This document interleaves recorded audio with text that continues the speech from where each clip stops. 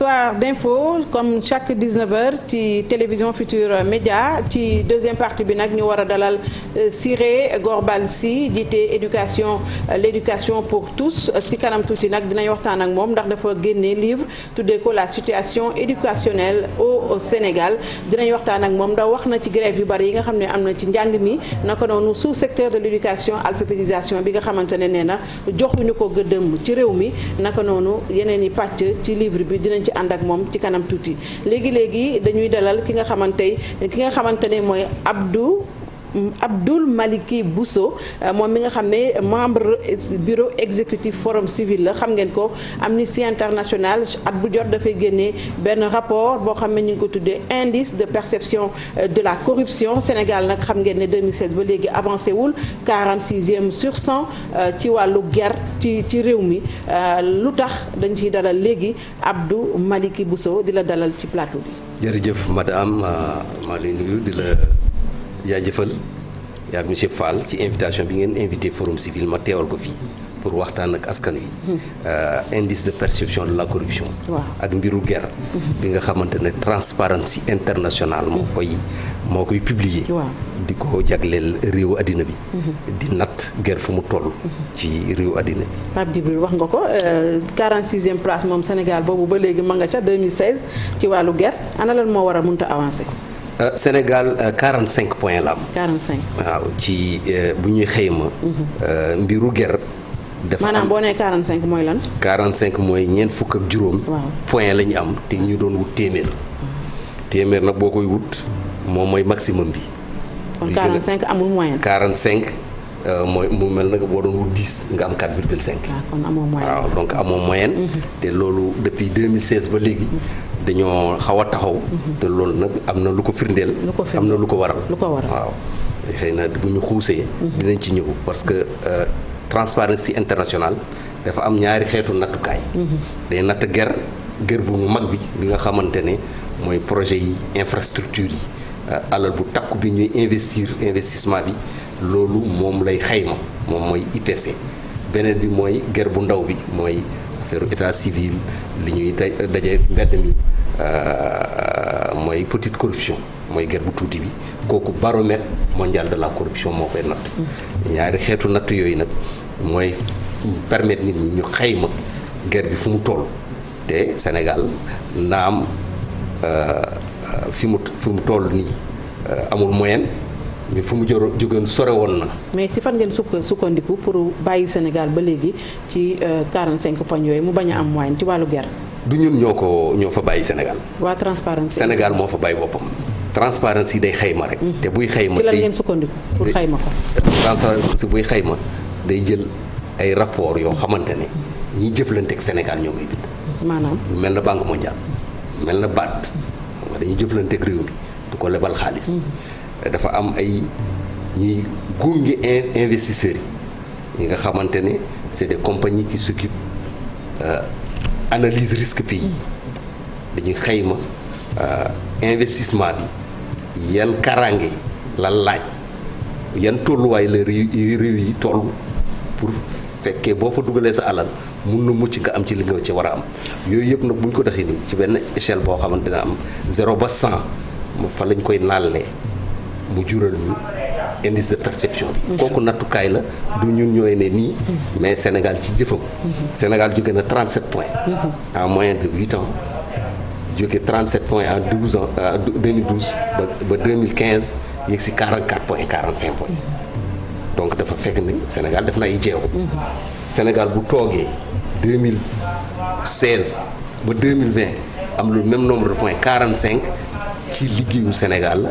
ci jëfu Sénégal la ci doxinu Sénégal la du transparence lan la jëf li ci jiitu mooy que président de la République bu yees bi mu ñëwee dafa am situation bu mu fekk am ay jéego yu mu def am ay choix yu mu def choix bu ci njëkk mooy dafa transposer code de transparence UMOA boo xamante ne mooy la loi de finances yi ni ñu koy tëggee naka la ñu yore alalu réew naka lay acteurs économiques yi di jëflante lan la état war a nekk taxawaayam et surtout leeral mbiru exercice budgétaire yi ba nga xamante ne citoyen bi am ci information bu wër mu def loolu fekk Sénégal naroon dugg ci processus de transparence dans les industries extractives xam nañu loolu lalu corruption la. fu ñuy fekk corruption généralement ci yooyu lay gën a mën a feeñ. mu dugal Sénégal ci ITIE mu ne déet mu créer office national de lutte contre la corruption. def loi sur la déclaration de patrimoine réformer Cour des comptes loolu waral Sénégal ci perception ak rapport yi ñu produire aura boo xamante ne ak attraction boo xamante ne moo boosté effort du Sénégal jóge 37 points ci 44. lan la mécanisme yooyu jur yooyu li nga wax nii yëpp ci batterie de mesures. batterie de mesures yi lu ñu jur mooy par exemple ci perception bi ñi xam ne y a des efforts qui ont été faits lu mu jur mooy que am na ay réformes juridiques et judiciaires yoo xamante ne tàmbali nañu loolu li ñuy waxee ne frémissement am na. waaw au-delà de la perception. waaw concrètement léegi nag. lu tax mu taxaw. parce que quand même président de la république dëkkal na CREI yi mënuñu ne wax deful dara. àtte nañ fi doomu président de la république ci anam yu ñu yoroo lu mu yore woon li ñu ko confié woon. ni ñu ko àttee dal na seen xel. ne yegseeguñ ci loolu. waaye am na ñeneen ñu nekkoon ci liste ba te kenn àttewu leen yegsuñ ci loolu. kon loolu mais yéen loolu nattukaay la ci yéen. nattukaay la. ñeneen ñi nag bokkuñu fekkee CREI yi am na benn juridiction boo xamante ne day saytu yorin wa saytu ba bu tàggatémbee ak leneen kooku beneen débat la. ñeneen ñi ca des na dañuy am ay mécanismes yu fi am loolu bu ñu xuus ba xam président de la République bu mu taxawee. àtte doomu président bi fi nekkoon 25 yi nga waxoon nekkoon ci rôle procureur de la République demuñu tontu loolu moo naxasal effort bi ñu doon def. moo indi arrêt ak perception bi nga xamante ne li doon avancé taxaw na li doon bougetul perception bi naxasaay na corruption bi jógewul fu mu newoon. des efforts am na foo xam ne un arrêt total. ban ampleur la corruption bi am tey bu ñu ko bëggoon matérialiser.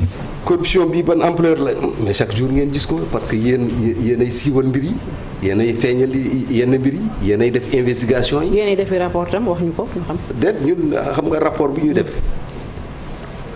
ñuy def. léegi sax ñoom dañuy def journalisme d'investigation ah. yéen nañu seen coordonnateur yéen la ñuy gunge di leen tàggat. yemuñu ci tàggat citoyen journalistes yi. ci affaire corruption dañuy tàggat journalistes yi dañuy liggéey ak parlementaires yi dañuy liggéey ak citoyens yi. dañuy liggéey ak tout tànk yi parce que dañuy dem ba ci école yi dafa def ay SICA centre yoo xamante ne d'intégrité et d'accompagnement à la citoyenneté active. loolu yëpp ci tabax ci citoyens yi loo xamante ne ay prédisposition. mais est-ce que mën nga ñu wax yan secteur ñoo gën a am corruption ci Sénégal ba ngeen def ko ci seen rapport. déet rapport bii du wax loolu. du ko wax. rapport bi waxul baromètre bi mooy génne. yan secteur yan xeetu secteur yan domaine. comme par exemple impôt comme par exemple police ak sécurité douane. loolu baromètre bi koy génne du IPC. mais léegi ci IPC bi toujours est-ce que tey li Sénégal continue moo ngi continuer ba tey di am une bonne signature maanaam bu demee lebi dinañ ko lebal. ñooñu nga wax muy banque mondiale ak BAD ak yooyu moo ngi continuer di jëflante ak ñoom. kon ndax note bu baaxul bii ñu am. dina am est-ce que waaw bu doon dëpp kii et pourquoi amul impact direct ci lëkkaloom ak institution yooyu.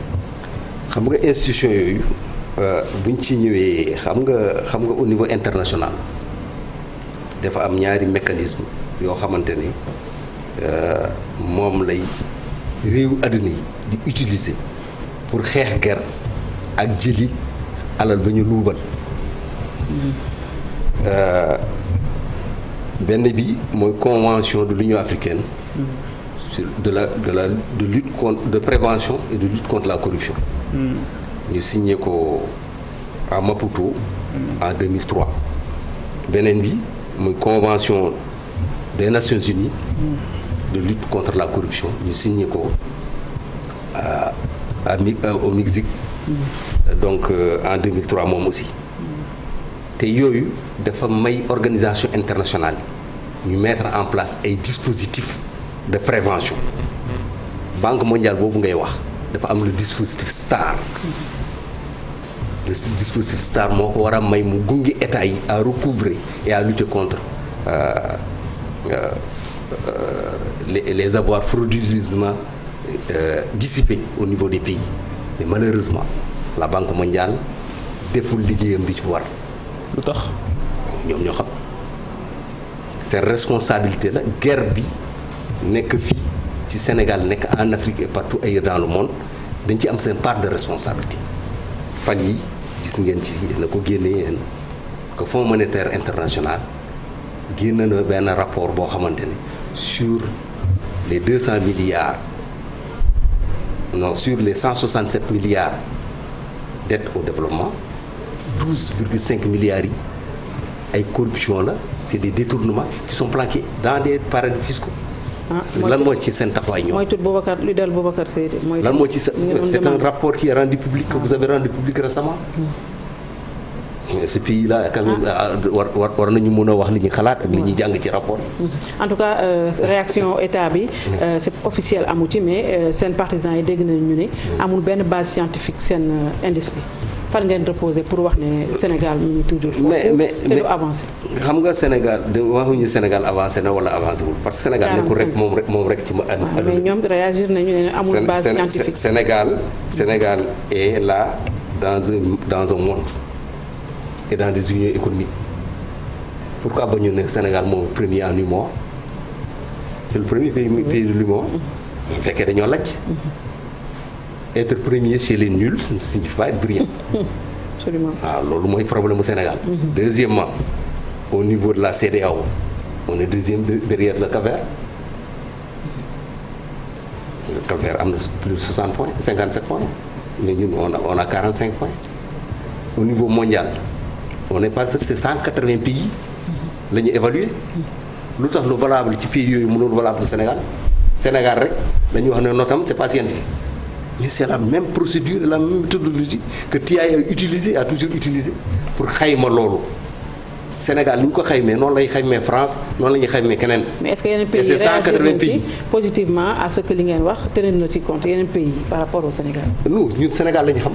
bu ñuy natt Sénégal la ñuy natt par rapport au pays on t'a dit tout à l'heure que réewu Sénégal bi par rapport à l'UEMOA lii mooy position.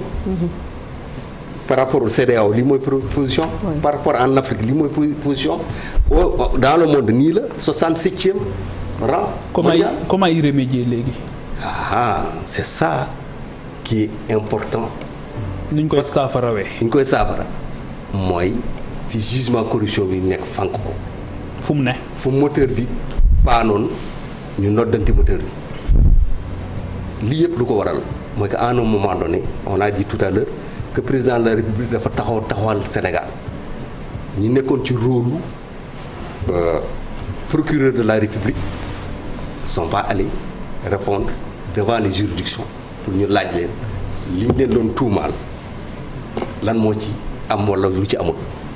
Donc CREI actuellement dafa mel na dañ ko mettre entre parenthèses. yéen xanaa seen année de référence 2012 la kon. 2012 CREI n'a pas fonctionné en 2012. waaw non dama ne xanaa année de référence bi parce que li ngay wax ni yëpp mooy. procureur c'est à partir de Macky Sall lañ ko jógaat mais parce que la corruption n'a pas commencé avec Macky Sall n'a pas terminé avec Macky Sall c'est Macky Sall qui est aux affaires. On interroge la marche du pays ak réew mi nu mu taxawee ak nu muy doxee gouvernement yi la ñuy interpeller. waaw mais bu fekkee ne dañ ko bëgg a saafara est-ce que duñu dem xool yi racine du mal ba maanaam fa mbir ma amee dëgg-dëgg ñu xool nan lañ koy lijjantee. mais racine boobu reen yooyu du fële rek nga koy xool parce que reen yaa ngi fii parce que garab baa ngi nii. waaw garab bi mooy lan mooy Sénégal. waaw Sénégal lu ko tax a dem lu ko teree dem mooy lan mooy kumba am ndey kumba amul baay. nga far ak man def lu la neex boo farul ak man ma def ci yow lu ma bëgg kon du neex a saafara moom loolu moo fi war a dañ est-ce que dina fi dañ lu ko fii dindi mooy citoyen yi man du ma dindi yow doo ko fi dindi citoyen yi ko fi war a dindi. lu citoyen yi war a def. lu ñu war a def mooy interpeller seen ñi ñu fal sas leen nañu sell. citoyen bi fal rek la mën su falee ba pare ñun suñu régime bi ñu am nii. système bi ñu am boo falee ba pare daanaka téye nañ say loxo ba élection jotati. nañu def li ñu war a def mais d'abord. ci palin lañu war a def d'abord ci palin bi fan lañu gis yenn citoyen bu war a mun a nangu ab ay acteurs politiques ne d'accord guñu ni ñuy demee élection ñu jox ay nit ñoo xamante ne bi ñu leen falee ak léegi 22 mois ngi ni ils sont dans un mandat irrégulier. est-ce que ci palin bi dafa am corruption. est-ce que élection da ngeen ci saytu corruption. ci campagne électorale yi gis nañu ay corruption électorale. En 2012 et en 2016 et même en 2019. mais ci palinu maire sax day am. waaw dañu ne corruption électorale mooy ger. ñoo fay nit ki pour mu wooteel la ñoo ger ko di ko neexal pour persuader ko mu wooteel la loolu am na ci Sénégal am na ci Sénégal corruption électorale am na ci Sénégal. mais léegi yow bu ngeen soulever les failles yi ngeen wax nii les griefs yi ngeen soulever ak yooyu di ngeen def ay recommandations yaa ngi wax léegi citoyen bi. waaw recommandation yi d'abord mooy président de la République. mais ku nanguwul li seen liggéey bi naka la indi sa affaire ci mbir bi daf ñoo mën a tere wax lu ñuy wax. ak def lu ñuy def. dañuy waxante ak moom parce que moom lañu dénk réew mi li ñu ko njëkk a wax ne mooy que na xeex contre impunité parce que moom mooy buur di buur. mais gisoon nañu ko tamit mu posé acte bu fort bi muy doog a ñëw ministre en charge de la bonne gouvernance ministère boobu disparaître na yaakaar naa est-ce que loolu tamit. c'est pas la chargée de la bonne gouvernance promotion. waaw promotion de la bonne gouvernance kenn mënu ko. waaw promotion de la bonne gouvernance. mu indi bi itam nag ne c'est la waaw loolu yëpp kon ngay am na yéene nag kon ngay am na yéene. loolu moo tax ñu ne yéene yooyu. yéene yooyu dafa dem ba nga xamante ni da ciy génn affaiblissement volonté politique bi. dafa manifeste à partir mais est-ce que jëm ngeen comprendre lu ko ci génnee. mais loolu ñëpp a ko constaté. lan moo ko ci génne lan moo ko ci dugal ñun dañoo bëgg mu dellu ca. na ca dellu parce que loolu mooy moteur bi nga xamante ne mooy freiner corruption. mais est-ce que la mu defoon noonu juróon na lam ca bëggoon. loolu man néew à la place du président de la République ay géntam du ma ko wax. non loolu du gént évaluation laa wax. non évaluation lu ñuy évaluer mooy politique publique yi. lañ ko conduire lan la jural réew mi. Monsieur Fall, c'est ça qui est important. C'est pas la perception et les rêves du président de la République. Le président a été élu pour régler les problèmes de ce pays. Si les problèmes continuent à être li ñu doon dañu mën a interpeller président bi ne ko noddantil li nga doon def wala jëmmalal li nga am na aussi leneen Assane 2 dafa doon wax ne moom ragalul la grande corruption mu ne petite corruption bi la gën a ragal parce que mooy bousiller économie petite corruption boobu citoyen bi daf ci am rôle bu majeur boo xamante ni daf ko ci war a jouer parce que souvent on tape beaucoup sur les autorités mais daf ci am loo xamante ni aussi il faut que ñu comprendre que mooy autorités yi yëpp ci société bi la ñuy bàyyi ko est-ce que citoyen bi aussi moom am na prise de conscience par rapport ak service bi ñu ko war a délivrer ba mu war a am taxawaay bi nécessaire ba war ci jot te du aajowoo muy jaar ci gerte te du ko nangu. loolu sa liggéey la ak sama liggéey la. pour citoyen ba xam loolu. pour citoyen pour mu xam. que moom acteur la ci corruption. il faut que ñu xamal ko. parce que c'est toujours un couple. waaw c'est un couple. corrupteur et corrompu. mais bu ñu nee petite corruption bi moo gën a garaaw corruption benn baaxu ci.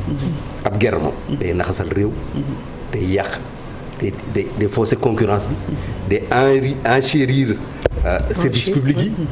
day fekk ñu vulnérable d'abord mu gën leen vulnérable. kon kenn mënul nangu petite comme grande corruption. te am na loo xamante ne foog ñu bàyyi ci xel. grande corruption bi lu muy def ci réew mooy ne souvent dañu ne dañoo tardé dañu war a dab. gis nga culture émergence culture rattrapage infrastructurel dafa mel na xiin boo xamante ne au lieu mu taw ndox corruption lay taw. L'émergence à tout prix. L'émergence à tout. Fast track, rapidité, procédure yu ñu naxasal pour gaaw yéene bi baax na mais lan la jur jox leen ma leng yi ma def lépp ma defal leen lépp ma téye leen lépp. bu leen xool nu ma koy defee kenn du contrôler l'Assemblée nationale qui se dépouille de ses prérogatives parce que on est en situation de crise loolu yëpp déconstruction la boo xam ne lu yomb a defar loo xamante ne lu ñu tabaxoon pas à pas. lu yomb a defar de loolu il faut que ñun ñëpp ñun acteurs yi nga xamante ne dañuy yëngatu ci espace public bi. il faut que ñu jouer ci suñu rôle. alors sëñ Bousso Binta am na aussi beneen question mooy par rapport ñun ñi dañ ciy am jafe-jafe muy la presse xawma ndax seen cas la yéen tamit mooy disponibilité information la bonne information. est-ce que loolu tamit jàppoo ne bokk na ci li nga xamante ni beneen mbir boo xamante ni bokk na ci liy sooxe sunu bonne gouvernance mooy am information bi jot ci ki ko yor déjà pour nga wax ak moom c'est tout un problème ñun dañ koy jànkonte chaque jour mais pour nga jot tamit ci dossiers yi nga documents yi nga xamante ni aussi dafay lay permettre nga am mbir yi ni mu demee loolu tamit dafay jafe est-ce que yéen da ngeen di jànkonte ak problème yooyu. fi nga duut baaraam foofu la. pourquoi le Sénégal amul loi d'accès à l'information. exigence la ñaari convention la wax convention de l'Union africaine convention des Nations Unies. te ratifié exigence la te dañ ko ratifié. pourtant dama ñu ci on traîne les pieds parce que l'information n'est pas seulement quérable bi ñu ko jëlee rek mais c'est l'obligation de l'État de fournir aux citoyens information sur la gouvernance muy mbirum xaalis ak koom bi muy mbirum politique publique yi muy nu ñu yoree réew mi muy réew mi di doxee kooku citoyen bi dafa am un droit à l'information c'est pas uniquement le journaliste journaliste bi vecteur la mais citoyen amul c'est-à-dire moom day jottali information citoyen amul lu mënul lu dul laaj journaliste bi aussi mënul dem vers l'information mais ki nga xamante ne moo jiite bu toogee ne dossiers yi maa ko teg fii sama suuma kudd wala am na dossier yoo xamante ne mënuma ko yóbbu ci yoon ndax kon dëkk bi day tàkk waaw loolu lu ci nit mën. yow yaa ko quand le président de la République jàkkaarloog Sénégalais yi yéen ngeen journaliste taxaw ak moom. moom moo ko wax ma jottali wax ko da ngeen nekk journaliste taxaw ak moom madame ngeen nekk ak moom muy poser ay questions ñaari mbir yoo xamante ni war na yéen ku nekk ci Sénégal naan man président de la République gardien de la constitution mun naa xalaat ne mun na am ñaari xeetu citoyen ci réew mi ku ñu mën a topp ak koo xamante bu ñu ko toppee réew mi yëngu personne d'entre vous n'a pipé moom mu ne waa déet ñun acteurs politiques yi tant que déggoowuñu xamuñu kañ la ñuy dem élection alors que constitution bi waxul loolu loi électorale bi waxul loolu kenn ci yéen du yëngu wax la citoyen bu foofu yéen war a jottali xibaar ngeen am ne toog ak président de la République. nit ñaa ngi jottali xibaar presse baa ngi joué rôle am moo ngi jottali xibaar yéen a ngi joué seen rôle kay dama ne. interpellation bi ñëpp la. interpellation bi ñëpp la. am na loo xamante ne xel mënu ko nangu parce que président nee na du ma def lii du ma def la mais réew mi ak liberté yi ay conquête la kenn mayewu ko. oui mais que faire kenn teddul. yéen à part génne ay rapport comme jóge ci garab yi taw sa loxo mais yéen à part génne ay rapport ak ñun à part ñu taxaw ci suñu plateau bi di wax.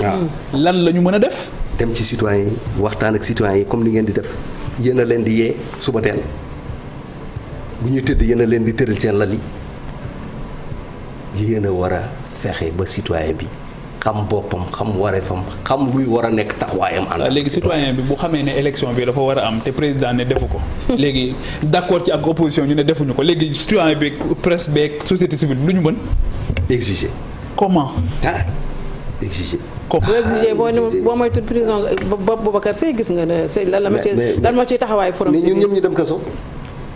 xanaa dinañu réew mi du liggéey. léegi forum civil lan mooy taxawaayam pour jeexal ci mbiru Boubacar Seye bi.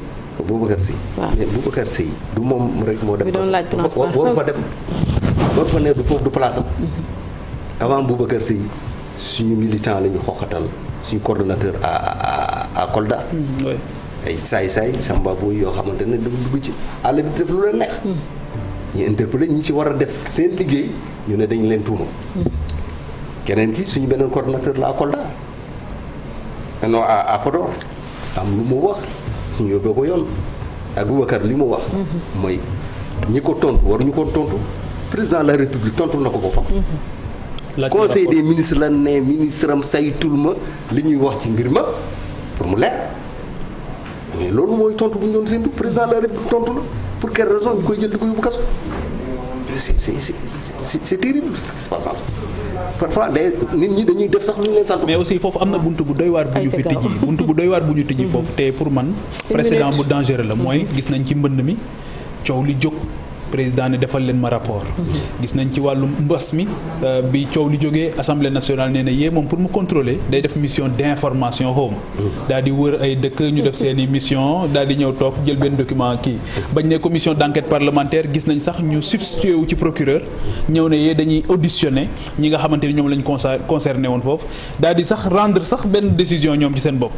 joxe seen avis tey jii est-ce que loolu suñu ko commencé lu yëngu président daal di toog conseil des ministres ne defal leen ma mission d'information après on classe l'affaire. bëgguñu lu leer. est-ce que loolu tamit dina indi transparence ak lisibilité. mën na ko indi. d'abord avant ngay laaj ay rapport yi nga jot passe lu gudd xam nga am na loo xamante ne fekkee askan wi moo ko moom alal bu ñu dajale pour tabax réew mi defaral suñu nekkin ñëpp bokk. ñu dénk ko ñenn na leen dawalal leen. bu ñu defee ay rapport yoo xamante ne amoon na tuuma yi ci ne. le procureur de la République. warul am opportunité di xool lu muy def. obligation de poursuite la war am. absolument Abdou Maliki. loolu moo tax ñu ne ñun ci réforme yi ñu laaj. il faut que ñu noddanti encadrer pouvoir procureur de la République. militant bi wax na lu moo wax rek ñu dem jëli ko doo ci kaso alors que ay rapport a ngi nii nga naan doo ko kiyee parce que y a pas une tu ne trouves pas opportunité ngay poursuivre. merci di la gërëm mooy naxasal la lutte contre la corruption. absolument dooley procureur de la République ñëpp a ngi koy wax jot nañ kon ñu wàññi ko Abdou Maliki Bousso membre bureau exécutif forum civil moo fi teewoon di la gërëm bu baax. monsieur Bousso di gërëm Pape Djibril. jërëjëf ñu dem publicité dellu si waat ci plateau bi.